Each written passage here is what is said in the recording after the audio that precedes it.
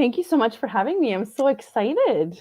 Right? Yes. I knew when I wanted to talk about haunted forests, I remembered a past experience that you had, and that's why I had reached out to you. So you had done research uh, for Hoia Baciu, a forest Yes, in Romania for Canada's Most Haunted. I did. Yes. So I'm originally from Romania, so that made it a little bit easier. And we just decided to go and research a couple of spots in Europe, and that was one of the spots. And I'm so glad that I did that. It was amazing. Um, I think we I went in with different expectations, but we still got some pretty good right. things. Before we dive into the haunted forest, I want to talk about. Can you tell us a little bit about the Ontario Assistant, and can you share a little bit about your show? I want to really. I'm so excited for you about negotiating happiness. Thank you so much. So, I am an online business manager. So, I help small businesses and entrepreneurs get organized, start up their businesses, implement different platforms, and I am your online cheerleader. So, if you need online presence, I got you. I set you up. I really love it. I have a background in legal, but I since doing this, I just feel like this is my purpose to help the little people get somewhere where they want to go. And I guess researching with Canada's Most Haunted really did help as well because I love history and I've throughout the years gotten to know a lot of tools to do that kind of research. So It's a I, thing. yeah, Having the tools, because I yeah, knew there was a couple of forests that I wanted to research, and I was like, "How many times do I have to read about the same 5-year-old girl that went missing oh my, and reappeared?" Like, I need more. mhm, mhm. And so Yeah. there is patience and some savvy. Yes, 100%. And can you learn it? Yes. Do you need some guidance at first? For sure. Um, it also shows you how it's changed because like 10 years ago, if you were to research this kind of thing, you were looking on forums. So it was purely I like was gonna person to ask that. person, right? I was gonna ask if it would Yeah. have to be forums and sort of like Yeah. old school version of Reddit or something. Yes, that's exactly Yeah. what it was. Yeah. So I kind of took everything in and I realized that I was absorbing a lot of this techie stuff and I loved it. And so I decided to kind of go forward. And I still do research here and there with Michelle at Canada's Most Haunted. It's just, life gets in the way. We're getting busy. But I I was mostly just work these days. Yeah, I was thinking about that. Like, I was trying to remember how I know our paths crossed through Michelle through Canada's Most Haunted as Yeah. well, but I was trying to think of when and how long ago. And then I was like, it was Cool. before marriage for you and children, and it was before I was a grandma. But Yeah. I get called Queenie, just, it's That's Queenie. adorable. I get called Queenie, not grandma, which is That's super fun. adorable. I Yeah. think so too. I think so too. And I piled my hair all up on the top of my head today, and because I was thinking I wanted to have my best Baba Yaga look. I wanted, and even when I was thinking about doing this show for like haunted forests, when my granddaughter was born, she'll be 3 in June. I had bought her all kinds of kind of like ghosty books, but for toddlers. Yeah. But one of the books was about Baba Yaga and her house with the chicken legs. Oh my So god. I have teased Miss Lily from time she was just little. I mean, at 3, she's still little, but I'm always like, someday Queenie's going to have a cabin in the woods with chicken legs. And that is where we are going to go. That's amazing. I love that you've even found like children's material on the subject because I found a for my son Zach, he's also 3. I found a Toronto Ghost Express, but it's more like Halloween type and I'm like it's not really, very Mm. big to it, but it's really cute. Oh, So yeah. we're This starting there. the story I will hook up later. This Yeah. and I'll send it. The story was about the Baba Yaga, so the grandma and her granddaughter. So it just was so perfect. It Yes. was it was perfect. It sounds like Um, it. Yeah. so tell me how the research began for Hoia Baciu? Oh, so we've always wanted to go. Michelle has wanted to go to Romania for a really long time too.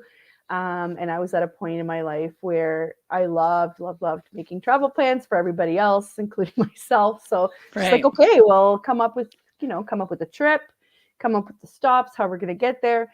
And unfortunately, at the time, everybody knew about the forest, knew, like, you can obviously find it on a map, but it wasn't really documented on how to access it. So it was kind of a trek. And we ended up using, like, when we got to the area, Cluj is the city, and we did all of the research and we looked at all of the universities. A lot of the universities, there was about 5 in Cluj. Romanians like academics. So there's lots of schools, Right. really good reputations. They actually have parapsychology departments there.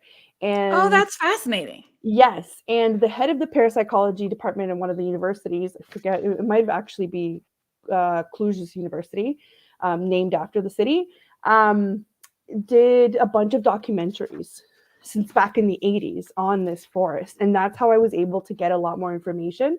But they're in Romanian. So I was sitting there trying to translate some of the tales, some of the information. And it's fascinating that I just love how much more interesting and more serious academia is there in regards to parapsychology. Whereas here, you don't really get that, right? So No. there are quite a few recorded scientific expeditions that have been done in that forest, because everybody keeps, coming up with all of these different anomalies, we should say, right?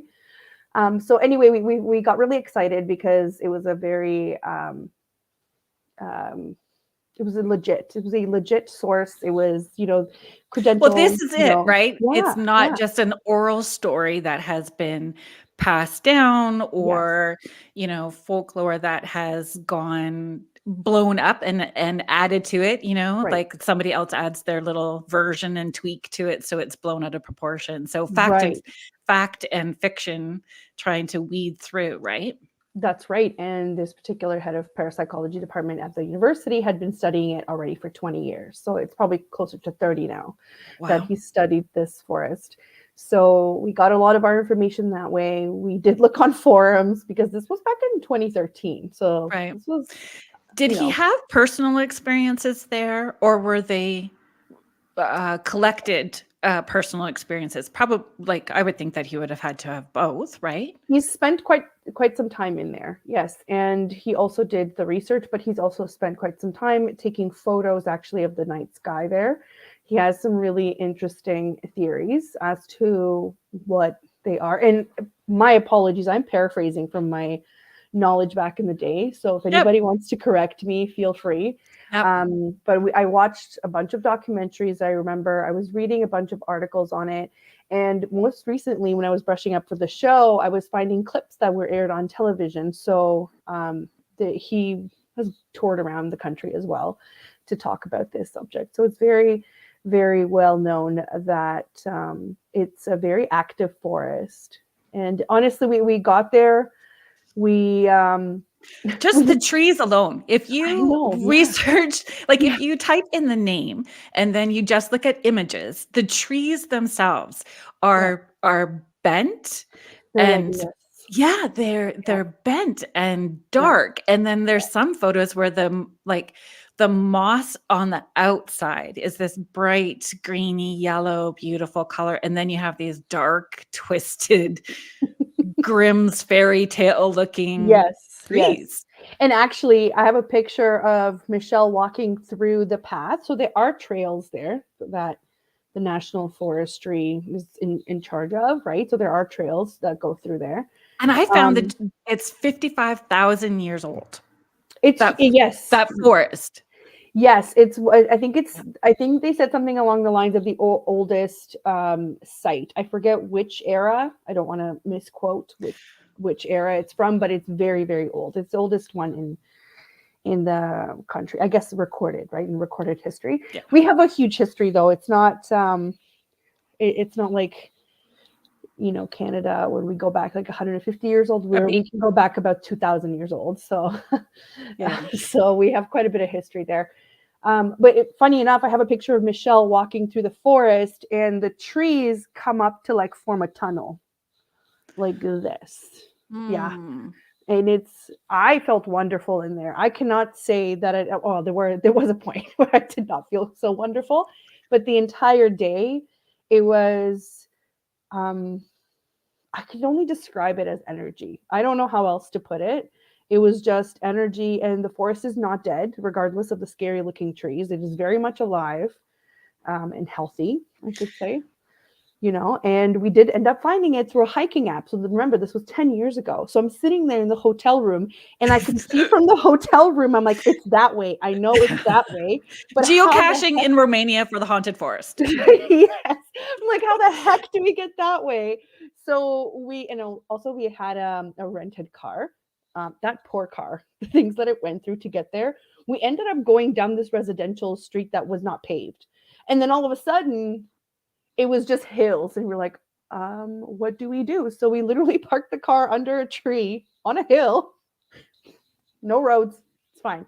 And then we like hiked up, and we were and remember, there wasn't really a lot of data back then. And, we were kind of, you would have been stranded if you didn't download your maps on your phone ahead of time. Right. So it was quite the adventure. We made it there. We found the clearing, the very special clearing. And fun fact, when you look at a map, it looks like there's more than one clearing, but the real clearing that all of the ghost shows cover and whatnot is just the one. And it's very obvious once you find it, but don't get fooled. It looks like could be a couple.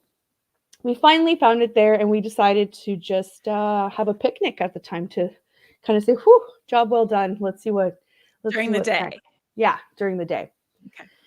So it was, it had 5 exits or entries, I should say, from the clearing. So clearly people would go through. So we expected to see the locals or maybe animals or whatever it is.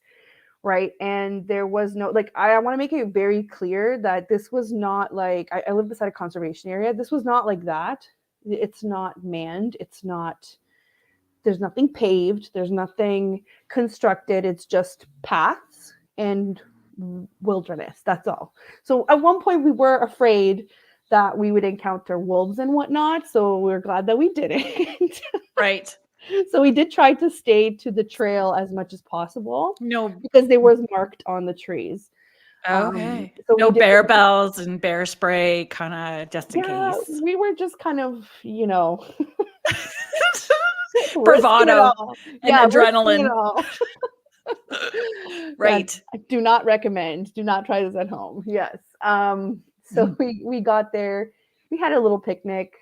And then we set up recording devices, which we usually do. And fun fact, I found my little devices that I actually took with me. Gosh, that's awesome. Yeah, I was like, I have to show them all. So we wanted to do a ghost box for sure. So if anybody hasn't seen one, I'll show you what the portable one looks like. And it's like the tiniest little one, because we had to obviously take it through the airports, right? Right. So here it is. It's literally a tiny radio, battery operated.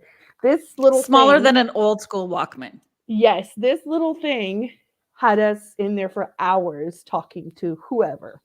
It was fascinating. I got a little overwhelmed with the translating, but then we also asked them to speak English as well. So it was kind of a mix. So speaking Romanian. Yeah. Interesting. Yeah, for sure. And we had just these little recorders, just like a regular, right.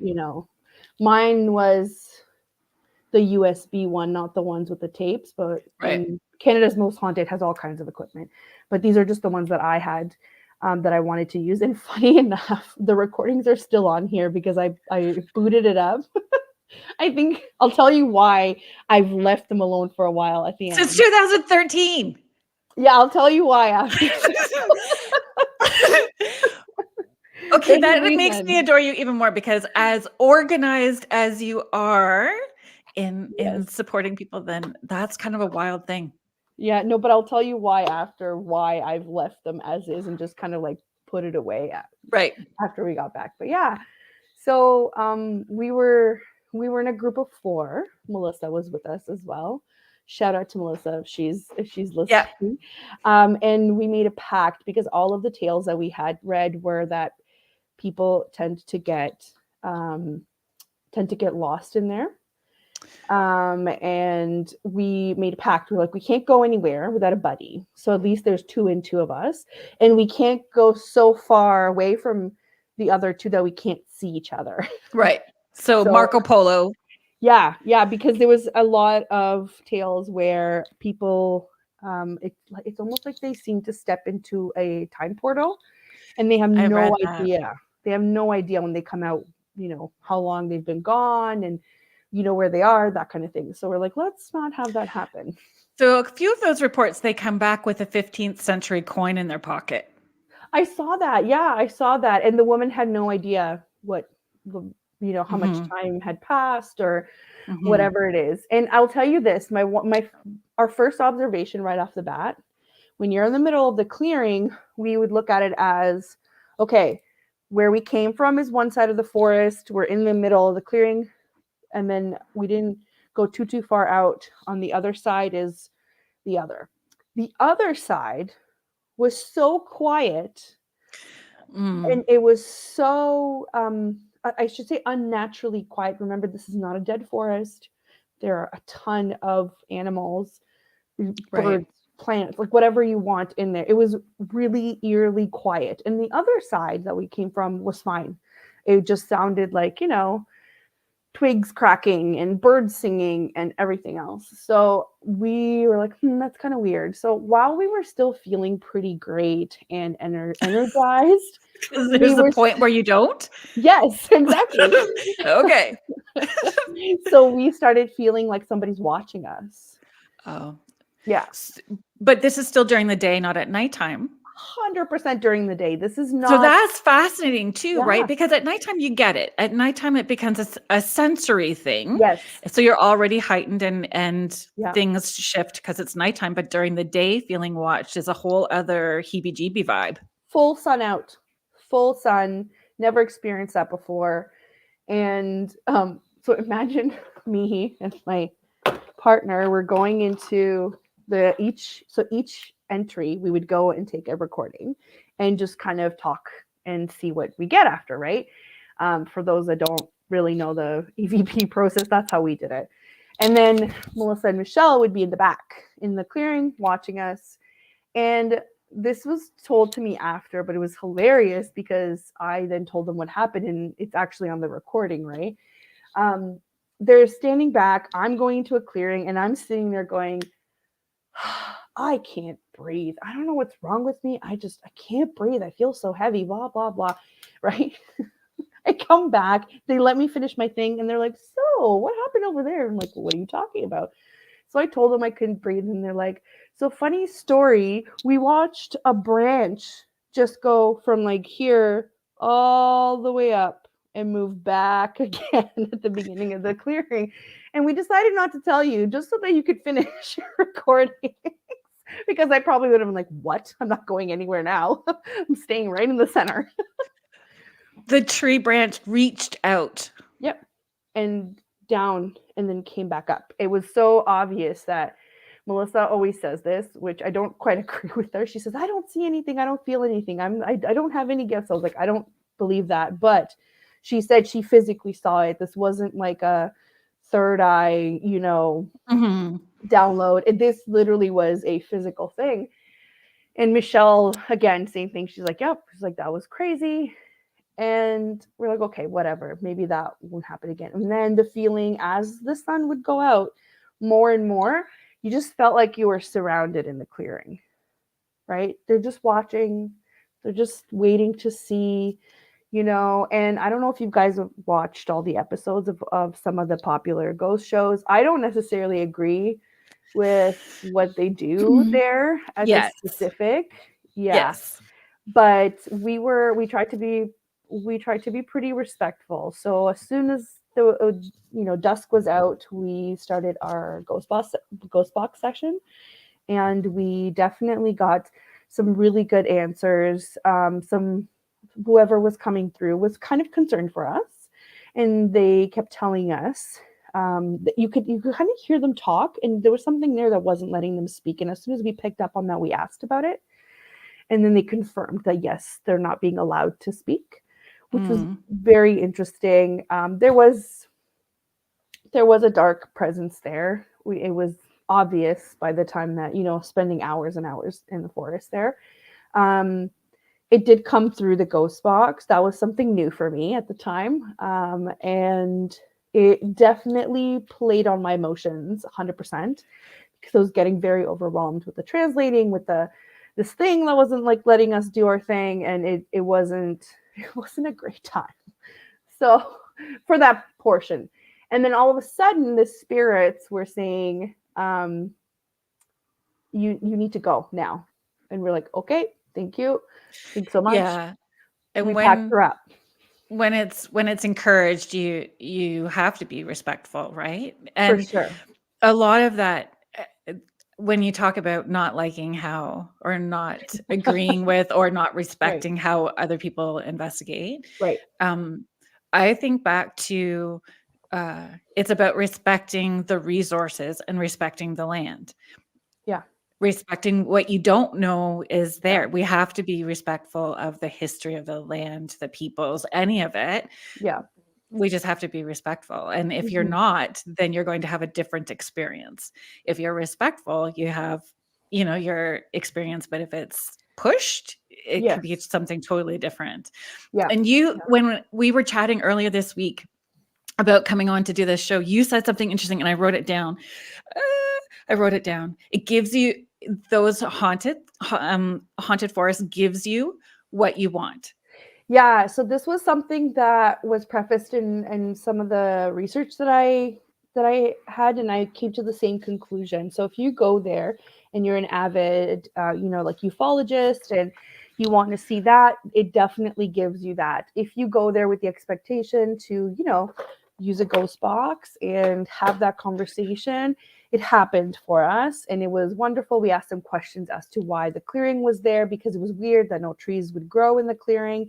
That was one of the questions that was posed in all of those documentaries as well. They answered back and said it used to be a lake, which makes sense because all of that sediment and mineral would probably be too much for the area. Isn't there's supposed to be high uranium or something there that makes it somewhat radioactive, I thought, as well too. I read in one report. That was actually from an incident. So there is really old police footage. You researcher, you give it to me. So there's this really old police footage, Romanian police, that shows that there was an incident one day where the trees half of them were covered in this substance that they had no idea what it was. So they came out with their radioactive equipment to try and figure out what it is. When I was watching that documentary, they still had not figured that out, like 10 years later after that. So I'm not sure, but I think it's because there's a lot of UFO activity there. Right. But it was weird because the trees were covered not at our height. It was from, halfway up to the top of the trees. Like it wasn't, they had to kind of get up there and climb and figure out what it was. They could not figure it out at all. So I have a feeling that it's because of that. They do go in to show that there are a lot of anomalies in the night sky. And what they did at one point is they took pictures and they superimposed them to check for specific location, and when you did that, it created a little diamond at the top for all where everything popped out. So I was like, oh, interesting. I wonder if that's like a door, a dimensional door. Yeah. That's fascinating. And and it's everything, like from UFOs to apparitions, scratches, female sounds, female voices. Yeah. Yes. Like there's a little of everything. So when you said it gives you what you want, if you're fixated on one of the tales of that, Yeah. that's sort of what you're going to get in a It's almost like response, you're right? calling it out. You know what I mean? Or you're opening yourself up to that specific experience. I don't know, right? Mhm. But that's what I would probably say. And certainly on one of those investigative shows that was the first time that I was exposed to it, and this was, I don't even know, it's quite a while ago that show was on. The researcher themselves was pushed out Yeah. of that, like knocked over Yeah. So funny. by something. Yeah. So funny story that you mentioned that is I know which show you're talking about. We were actually about 3 or 4 days behind them. Okay. That's how our schedule coincided. It was weird. So they had filmed it and then they were Right. out and then we had come in to kind of do our own little things. So we did not have those kinds of experiences, but when the spirits told us you need to go now, we packed up, we went out. And And respected. yes, but it was kind of like we were running out more Yeah. than That's okay too. Like, I hear you, and now we're going as fast yeah. as we can. And Yeah, that yeah. I found there's somebody that does night tours there. So Oh, like okay. more Yeah, recently he does night tours there, yeah, and he looks at it from like a skeptic's point of view as well too, but respectful of the land. And that was one of those questions I was going to ask is it protected by government, however that works, where you book time if you're wanting to go there, or is it open like a conservation where you can go whenever, like how that would work if you were filming right. as Yeah. well too? So last time I checked, it was just open. A lot of the forests are open. Romanians like to go. There's this saying in Romanian that we're going out for green grass, which means like you're going out in nature and having a barbecue with your friends and hanging Oh, out, that's nice. right? So a lot of our forests are open and you can go camping and whatnot.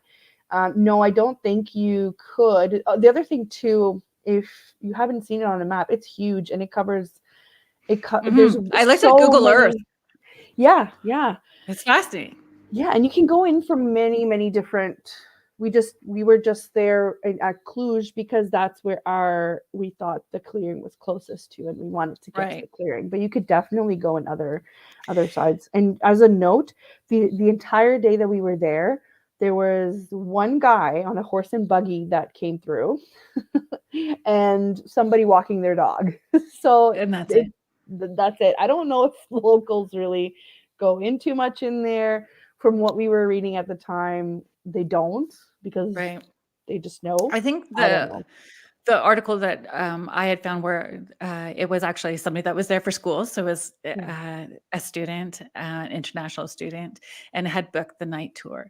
And what was, what caught my eye, which I mean, I'm super interested in all the paranormal stuff, and my job like just brings me Yeah. to all of that anyway. Yeah. But I wrote it down, I think Joben, Joben Bistro. So it's like a pub, but it's like a steampunk pub Ooh, with a Rocky Horror Picture Show twist. I'm amazing. like, That's sign me amazing. up. I Yeah. think that now I have 2 reasons I want to go to Romania. Yes. 3. I mean, I know There's a that there's lot. more.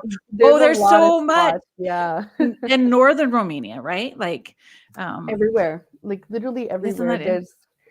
There's so much, and I think there's just so much untouched land there still, and I really Right. hope that they keep it that way, which doesn't happen in a lot of places anymore, right? It's So I want to talk about the Black Forest of Germany because I deep dived into that too this week because I wanted to talk about that. yeah. There was a lot. And when you brought up the university having a parapsychology department, Mhm. I watched it's this really cutie patootie family that has a YouTube channel, Uh-huh. and they're called the Black Forest family. And so Oh, they ride their bikes. They've got a wee little boy, and they talk about living in that area and showing them, like, from their point of view, the beauty of that area, the culture, the food, the yeah. trails, and it's the Black Forest family on YouTube, they're brilliant. So watching them and deep diving, there was a professor of forest history Ooh, you know I what? know, right? The Black Forest covers something crazy. Like I feel like it's like half of Germany. I don't know. It's so large that it's It's a very large forest, and they even have resorts there. They have, Yeah, you can rent huts up in. So this family was talking about renting these huts up in these places, and as you different paths, it talks about the history of burning and hanging witches in the forest and the that Grimm's yeah, fairy tale sort of thing, right? But yeah, the beauty of it at the same time. So they acknowledge the folklore and bring it to the forefront as well too. I read they provide 300,000 jobs for the tourist industry, the Black Forest alone. yeah. 300,000 jobs. It's amazing. Isn't it? It's Yeah, yeah. huge. Like that's a That's lot. amazing. Yeah. But um yeah, and the weird specific animals that are attached there. Did you find that too? I didn't see anything about the animals. No. Okay, here we go. It, like Oh, this was crazy. So there's special animals that are specific to the Black Forest. oh, like I see what you mean. Right, right, Yeah, right. Okay, yeah, okay. giant freaking earthworms. It's like tremors. Like No, thank you. giant earthworms. A rare black the Black Forest horse. It's like a draft horse, Oh, but it's wild horse that's in there. We wow. can just keep adding to like the Grimm's Yeah, fairy tale, right? yeah. And I don't even know how to pronounce this. I'm gonna mess it up. So if I'm messing it up, everybody just let me know. I apologize now. Capercaillie. It's a specific bird that you're only going to Oh, find in that forest. So that I mean, there's the uniqueness of that, and then the history attached to it. yeah. Der Grossman. Okay. Did you find that? Did you? I where is it? Let me So he's see. like the Slender Man of the Black Oh, yes. Forest. Yes. Honestly, a lot of the times when I go Black Forest, for some reason I gravitate towards all the werewolf stories. So I don't know the werewolf stories. So Oh, great. I'll share Great. Slender Man. You share Yes. werewolf. Yes. So the Slender Man, so he's similar to the Slender Man story. So he's supposed to be Mm. this tall man with big white saucer eyes, but he's supposed to have multiple arms, like Oh. more than two arms. So he has multiple arms. So any children that would walk through the forest, he would chase them down and scare them so that they would tell the truth about any wrongdoings, that they would have confessions towards their parents, or he would Oh. just kidnap them, and whatever he did with them, they just wouldn't Right. appear. Right. So I don't know. I think those stories are told to keep your kids in line. I think, wouldn't it just be, you're saving up for therapy funds later instead of college when you're telling Yeah. those kind of stories, right? Like the gross one's gonna get you. But that's part of Yeah. that story. And I don't know if there's like stories start somewhere. Yes. Yes, I There's agree. a truth somewhere to that folklore, whether it was just a hunter or a forestry dude that did something that went sideways and then it created into its old, I don't know, but that story is long. And this cutie patootie family on YouTube even talked about it. Der Grossman. You don't hang out Wow. after dark because of Der Grossman. The Yeah, I tall did. man with bulging eyes that harasses children. Oh. No, Yeah, thank you. I more I guess gravitated towards the fact that it's well known to for people to see werewolf type of creatures, and obviously like they're massive, right? I mean, you've seen what a wolf looks like. Imagine a wolf that's not in captivity, they tend to be larger, and then imagine a werewolf and how big they must be. So if it was me, I would probably say don't go anywhere. The werewolf is going to get you rather than this crazy looking man with multiple arms. Right, and big bulging eyes. Ooh, yeah. White saucer-like Um, eyes. yeah. And it's still all the ones that I read about as well, they're just sightings that apparently they do the same thing. They just terrorize random travelers. And it's kind of like, I feel like Eastern Europe typically has these tales around mountainous areas of werewolves, because Romania has those kinds of tales as well, that at night they come down into like the city. So I don't know, you're right. And I don't know if it's just a tale to kind of scare children and be like, go home, it's nighttime, or Yeah. or it's actually for real, right? There's there was another story that I found about headless horsemen through there that would kidnap Oh, women and pull them into the water to oh, be where the nymphs are. And I'm like, that seems like two different stories. We've got the elemental nymphs. stuff, yes, and but it's Yeah, supposed to be the forest king. Why I don't understand why the forest king was headless, but apparently, that was another. And I found that repeatedly, that same story repeated. So I'm not interesting. sure, right? Yeah, Um, so there's also that yeah. story attached to it. I read about the wild huntsman there. So it's supposed to be a spectral figure that's accompanied by a pack of howling hounds. And they roam the forest, and it signals impending doom or death. So I wonder whether it's kind of a like an omen, when something Yeah, bad's about to happen, then you see the wild huntsman come through. yeah. Which is funny, because there's so many like children's tales about the huntsman, right?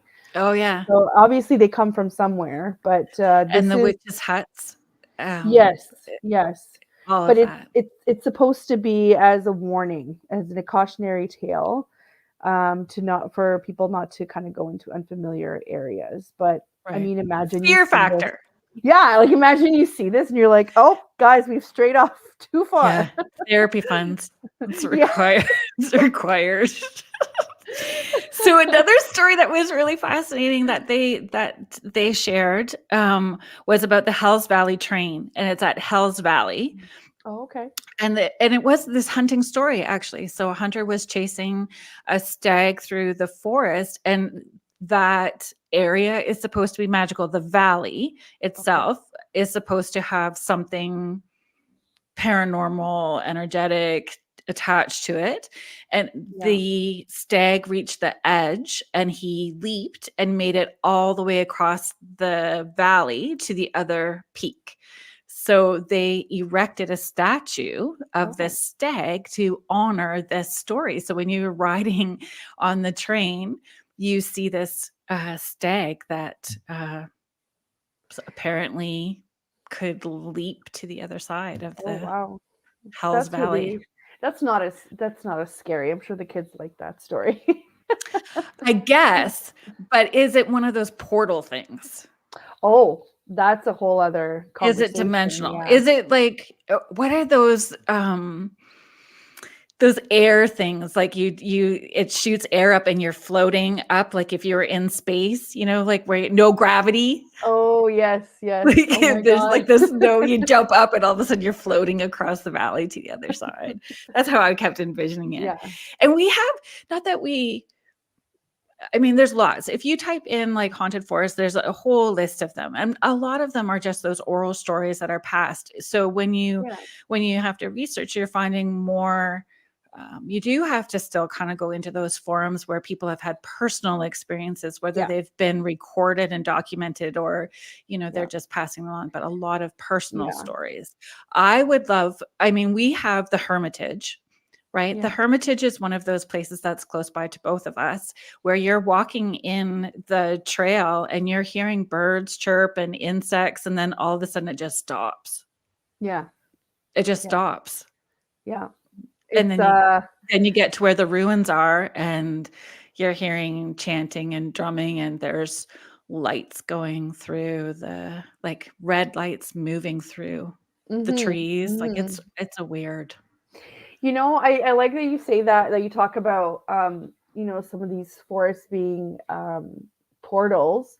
And I've started to kind of put two and two together, because back then when I did go to Hoia Baciu, I wasn't really into, UFOs or into understanding, right? Like I knew people saw things, I just wasn't too invested in it. But now reading more about it, um, I started to kind of understand like, well, you're seeing UFOs, you're seeing people talk about all of these different creatures that could be like interdimensional or elementals or whatever. Yeah. And it's like, it's a door. It's clearly a door that everybody else but us use, right? And Yeah. there are, if you look in the media for the Black Forest, there are reportings of UFOs across. Hmm. I found one from 1954 and one from 1977, and these are the ones that kind of blew up in the media. This isn't even like, you and I talking about it. This is something that was documented. And went Um, international. yeah. So, I mean, when you find nuggets like that, you kind of try and piece everything else together in between, right? Because not everything gets documented, obviously. Right. But you're right. You still have to go in the forums, but it is easier now that everybody has a phone, everybody has a platform, you know. Just don't be shaky. Don't keep that Yeah. camera still. Not blurry, not movement. Maybe And it's a safety mechanism so that the men in black don't show up to your house the next day. Who knows? I guess. I Yeah. think so too. And recently somebody had shared a story in Northern Ontario about a space of land as well too, where it's a circular place of land where there's no vegetarian, no vegetation, nothing growing. And 3 people stepped onto this to cross. They were up there planting trees and a bird landed and disintegrated, and they yelled at each like to run off the Mhm. property, and they aged with the person who was last on the property aged the most, Wow. 2 males and a female. So I want to deep dive into that a little bit more Ooh. as well too, right? Mhm. And it makes you wonder where those circulate, and it's the same story repeated. Even when I was looking into the Devil's Tramping Ground, like it's Yeah. a circular section of land. It always comes back to the same Yeah. symbolisms as well too, the same stories, people missing, burns, scratches, Yeah. time Nothing grows missing. there. Nothing grows there. It's large, like 40 feet or whatever it is. Yes. Yeah. I Yeah. think we need to get some hiking gear together and Ooh. head to even the Algonquin, where Tom Thompson went missing at Canoe Lake. Like Yeah. they found his canoe and didn't find him for 8 days. And like, where Where'd he was go? yeah. Yeah, yeah. Where did he go Yeah. for 8 days? And that story is interesting too, because it's like over 100 years later, and we're still fascinated with the story of the how and why and Yeah. what happened. So Yeah. I'm sure that there's even more stories that are local that we don't know yet and Yeah. could investigate more. Yeah. What do you think about when I was reading about the Devil's Tramping Ground? What do you think about objects being moved out of the circle? Did you read that part I where didn't there? find that. Okay, so it says there's like numerous locals that could tell you that they leave plants or personal belongings in the circle overnight, and the next day they'll all be like pushed out of the circle. Pushed out. Yeah. So part of what I found, so that property is owned privately. So Mm. it's private land that they do allow people to rent out and camp there as Mm-hmm. well too. Yeah.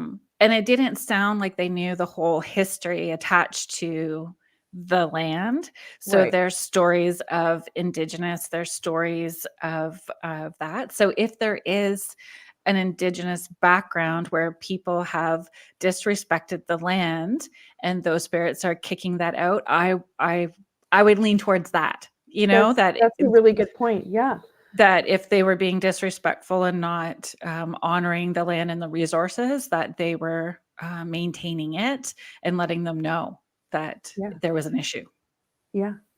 There's other I mean that makes sense to me, and there's other tales where they talk about people seeing apparitions or the devil himself, where whatever that may mean, right? Yeah. But that was Does kind of interesting too. does that go back to you get what you want. If you're going there with the intention that, okay, there's an Indigenous background, and so we need to be honoring, and so we're bringing what we need to honor the ancestors that were here for the land. Or I grew up with a lot of fear-based religion. And so Most of us did. I tap into that side of it now, right? Yeah. Like Yeah, most of there's us that did. aspect. So I don't know. Then too, I don't know. It's every single one. Like, is there and the devil actually appeared, and the devil actually appeared, and the devil actually appeared. Right. Yeah. Wow. Yeah. No, you know what? I have to tell you really quickly before we go, the whole that reminded me of, so what did happen after? So I have to tell you, we ran back to our hotel after we went to Hoia Baciu, and we were in two separate rooms. Michelle and Mel were recording. So we usually do that. We back up the camera like against the wall so nothing can like mess around with it. And it's on the camera when Mel puts the phone down, does something else, and then it starts ringing. She picks up the phone, and I, on the 2 floors down, I also pick up the phone because it starts ringing, and it's the two. She's like, "Hello, hello." It's like, "You called me." "No, you called me." And I'm like, "What is going on?" And that night, I swear to you, something followed us back. I woke up in the middle of the night, which I never did. I slept like a baby back then, right? And it was just, I knew something was there. It was creeping me out. I couldn't do anything. I'm just like, nope, I need to have my peace. Let me have my peace. And then I realized I also lost my bracelet that was in my jacket with secured inside with an elastic. So I was like, how did that even happen? You know, it took something away from me because I was getting angry at it. Do you know what I mean? It was a bracelet my mom had given me. And it was almost like, yep, I learned my lesson. So forward to coming back home, the phone thing did not stop for me and Mel. Isn't that interesting? It called us at her work, and it was on my cell phone. Like, it didn't matter. Landline, cell phone, whatever it was. And at some points we were hearing growling, or we were hearing other static that we were like, what's going on? So there's a reason why I haven't touched this in a very long time. That's why, because there was a lot of stuff that was happening after that I was like, maybe. Did you listen to it though? Yes, we did. So you've listened to it, but you're just going to hang on. I think that's clever. I think that's smart. Yeah. So we did listen to it, and we had some other opinions as well. And you could hear a tunneling, even though there's no tunneling, or it's almost like a jet goes by. So you hear the right, but there's no jet. We are in the middle of the forest during the day. You know what I mean? Yeah. So we figured that it must be some sort of door. Dimensional, for sure, especially when you're hearing it that way. Yeah. And when I've been in a space that had that dimensional door, that's kind of, it's hard to describe.